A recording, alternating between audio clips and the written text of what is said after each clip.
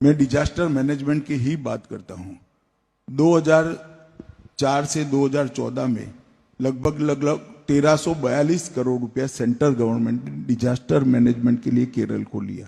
मैं फिर से एक बार कहना चाहता हूं 1342 करोड़, और नरेंद्र मोदी जी ने इस 10 साल में 5100 करोड़ रुपया डिजास्टर मैनेजमेंट के लिए। सवाल, हम जो पैसा भेजेंगे स्टेट गवर्नमेंट के पास आएगा। अगर स्टेट गवर्नमेंट को भेजा हुआ पैसा अपनी कैडर पर बलि चढ़ता है तो जनता के पास वो नहीं पहुंचेगा, डिजास्टर मैनेजमेंट का काम नहीं होगा। और मैं तैयार हूं, राजीव जी को बुला ले, पिनराई विजयन जी, डिजास्टर मैनेजमेंट के हर एस्पेक्ट पर यूपीए सरकार और बीजेपी सरकार ने क्या किया है, इस पर हम ओपन डिस्कशन के लिए तैयार हैं। 2024-2014 വരെയുള്ള കാലത്ത് കേരളത്തിന് ദുരന്ത നിവാരണത്തിനായി കേന്ദ്ര സർക്കാർ നൽകിയത് 1350 കോടി രൂപയാണ്. എന്നാൽ നരേന്ദ്രമോദി സർക്കാർ 10 വർഷത്തിനിടെ സംസ്ഥാന സർക്കാരിന് നൽകിയത് 5100 കോടി രൂപയാണ്. പക്ഷേ സംസ്ഥാന സർക്കാർ ആ തുക ജനങ്ങൾക്ക് നൽകിയില്ല. ഇത് ഗൗരവമുള്ള വിഷയമാണ്. ഇത് കഴിഞ്ഞ ദിവസം ഇന്ത്യ പേസ് ആൻഡ് പ്രോഗ്രസ് എന്ന ആശയത്തിൽ മനോരമ സംഘടിപ്പിച്ച കോൺക്ലേവിൽ കേന്ദ്രമന്ത്രി അമിത് ഷാ പറഞ്ഞിരുന്നു. ഇതിനെതിരെ ഇത് പച്ചക്കള്ളമാണെന്ന് തെളിയിക്കാൻ ഡോക്ടർ ജോൺ ബ്രിട്ടാസ് MP രാജ്യസഭയിൽ കേന്ദ്ര സർക്കാർ നൽകിയ ഔദ്യോഗിക രേഖകൾ ഉപയോഗിച്ച് ഒരു പോസ്റ്റ് ഇട്ടു. ദുരന്ത സമയത്ത് കേരളത്തിന് കേന്ദ്രം ഒരു സഹായവും നൽകിയിട്ടില്ലെന്ന് രേഖാമൂലം തന്നെ വ്യക്തമാക്കി. ഇനിയും വരും വലിയ വലിയ കള്ളങ്ങളായി കേന്ദ്രമെന്നാണ് ഇവർ ആക്ഷേപിക്കുന്നത്. അമിത്ഷായുടെ നുണ പൊളിച്ച് ഡോക്ടർ ജോൺ ബ്രിട്ടാസ് രംഗത്തെത്തിയിരിക്കുകയാണ്.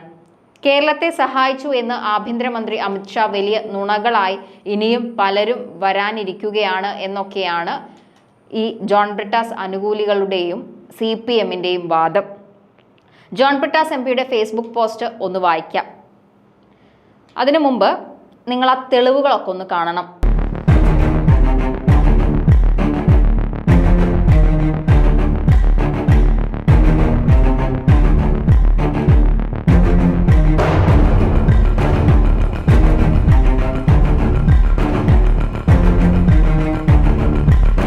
പോസ്റ്റ് ഇങ്ങനെ: ദുരന്തങ്ങൾ വന്നപ്പോൾ കേരളത്തെ കൈയയച്ചു സഹായിച്ചു എന്ന മുഴുത്ത കള്ളമാണ് ഇന്നലെ ആഭ്യന്തരമന്ത്രി അമിത് ഷാ കൊച്ചിയിൽ എഴുന്നള്ളിച്ചത്. ആ വേദിയിൽ വെച്ച് തന്നെ പിന്നീട് മുഖ്യമന്ത്രി അതിന് മറുപടി പറയുകയുണ്ടായി. കേരളത്തിന്റെ നികുതി സംഭാവന ഉൾപ്പെടെ കണക്കിലെടുത്ത് കേന്ദ്ര ധനകമ്മീഷന് അനുവദിച്ച തുകയിൽ നിന്ന് സംസ്ഥാനത്തിന് പണം നൽകുന്നതിനെയാണ് കേന്ദ്രത്തിന്റെ അകമഴിഞ്ഞ സംഭാവനയായി അമിത് ഷാ വളച്ചൊടിച്ചത്. വയനാട് ദുരന്തത്തിൽപ്പെട്ടവരുടെ വായ്പ എഴുതിത്തള്ളണമെന്ന ഹൈക്കോടതിയുടെ ആവർത്തിച്ചുള്ള നിർദ്ദേശം പോലും മാനിക്കാൻ തയ്യാറാവാത്തവരാണ് സഹായ ഹസ്തത്തിന്റെ കഥയുമായി രംഗത്ത് വന്നിരിക്കുന്നത്. തങ്ങളുടെ ഇഷ്ടക്കാരുടെയും വ്യവസായികളുടെയും വായ്പ എഴുതിത്തള്ളിയതിന്റെ കണക്ക് കേട്ട ആർക്കാണെങ്കിലും ബോധക്കേട് വരും. കഴിഞ്ഞ 11 വർഷക്കാലത്തിനിടെ 17 ലക്ഷം കോടി രൂപയാണ് നമ്മുടെ ബാങ്കുകൾ ഈ ഇനത്തിൽ എഴുതിത്തള്ളിയത്. ഇതിനോടൊപ്പം പറയേണ്ട മറ്റൊരു കാര്യമുണ്ട്, അത് ചുവടെ. വയനാട് ദുരന്തം ഉൾപ്പെടെയുള്ള ഘട്ടങ്ങളിൽ ദുരിതബാധിതരെ ഒഴിപ്പിക്കാൻ വ്യോമസേന രംഗത്തെത്തിയതിന് ജനങ്ങളും മാധ്യമങ്ങളും പുകഴ്ത്തിയിരുന്നല്ലോ. ഇതിനെ കേന്ദ്ര സർക്കാർ വിളിക്കുന്നത് മനുഷ്യത്വപരമായ ദുരിതാശ്വാസ മിഷൻ എന്നാണ്. ഈ പേര് കേട്ട് നമ്മളും തെറ്റിദ്ധരിച്ചേക്കാം. എന്നാൽ ഈ ദൗത്യത്തിന്റെ ചെലവ് അണാ പൈസ വിടാതെ ബില്ലായി സംസ്ഥാനത്തിന്റെ മേൽ ചുമത്തിയതായി കേന്ദ്ര സർക്കാർ കഴിഞ്ഞ ദിവസം രാജ്യസഭയിൽ എന്റെ ചോദ്യത്തിനുള്ള മറുപടിയിൽ വ്യക്തമാക്കിയിരുന്നു. കൊടുത്തില്ലെങ്കിലും ദുരിതാശ്വാസ നിധിയിൽ കേരളത്തിന് അവകാശപ്പെട്ട തുകയിൽ തട്ടിക്കിഴിക്കും. 132.61 കോടി രൂപയാണ് വയനാട്ടിലെ ഉൾപ്പെടെയുള്ള ദുരന്തങ്ങൾ ഹെലികോപ്റ്റർ പറത്തിയ വകയിൽ കേരളത്തിന് മേൽ കേന്ദ്രം ചുമത്തിയ ഭാരം. ചോദ്യോത്തര രേഖ പോസ്റ്റിനോടൊപ്പം ചേർത്തിട്ടുണ്ട് എന്ന് അദ്ദേഹം എടുത്തു പറയുന്നുണ്ട്. അമിത് ഷാ ഇനിയും വരും, വലിയ വലിയ കള്ളങ്ങളുമായി കാത്തിരിക്കാം. അങ്ങനെ പോസ്റ്റ് അവസാനിക്കുകയാണ്. അദ്ദേഹം പറയുന്നതിനെ പോസ്റ്റുകളെല്ലാം കൊടുത്തിട്ടുണ്ട്. പക്ഷേ അമിത് ഷാ ആദ്യം പറഞ്ഞ ഒരു കണക്കുണ്ട്. ആ കണക്കുകളൊന്നും നമ്മൾ മറന്നു പോകരുത്. ഇത് 132.61 കോടി രൂപയുടെ ദുരിതാശ്വാസവുമായി ബന്ധപ്പെട്ട് നമ്മൾ ജനങ്ങൾക്കടക്കം വിയോജിപ്പുള്ള ഒരു കാര്യമാണ്. കടം എഴുതി തള്ളേണ്ടത് തന്നെയാണ്. അത് എഴുതി തള്ളിയിട്ടില്ല എന്നുള്ളത് നമുക്കെല്ലാവർക്കും അറിയാം. അതിൽ കേന്ദ്രവുമായി എല്ലാവർക്കും വിയോജിപ്പുണ്ട്. പക്ഷേ ഞാൻ തുടക്കത്തിൽ പറഞ്ഞ ആ രൂപകളൊന്നും നിങ്ങൾ മറക്കരുത്. രേഖാമൂലം സംസ്ഥാനത്തിന് അനുവദിച്ച തുക, അതും ലോകബാങ്ക് അനുവദിച്ച തുക വരെ വകമാറ്റി ചെലവഴിച്ച സർക്കാരാണ് നമുക്കുള്ളത്.